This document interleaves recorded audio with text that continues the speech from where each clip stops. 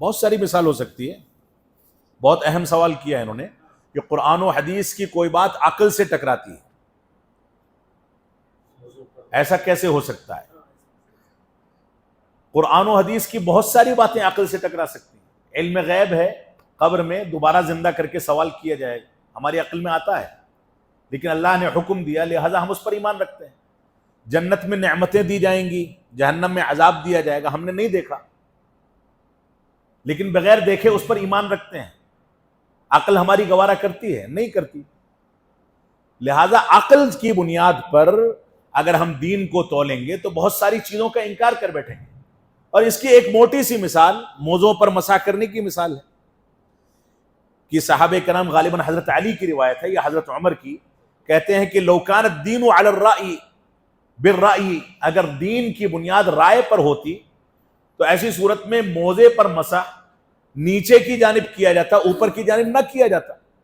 تو عقل کی بنیاد پر دین قائم نہیں کیا جاتا.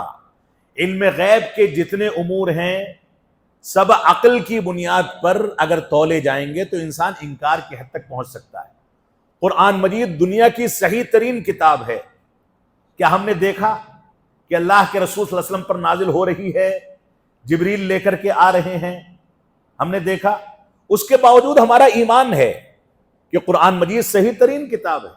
لہذا اگر آپ دین کو اپنے عقل پر یا اپنے فہم پر لے جا کر کے تولیں گے، نتیجہ کیا ہوگا؟ آپ اس کا انکار کر دیں. لہذا دین کی کوئی بھی چیز ہماری عقل پر بنیاد نہیں بسنتی. اسی وجہ سے عمر بن خطاب رضی اللہ تعالیٰ عنہ فرماتے ہیں کہ انسان رائے کی بنیاد پر فیصلہ نہ کرے. رائے کس کو کہا جاتا ہے؟ جو ہماری عقل میں پیدا ہوتی ہے.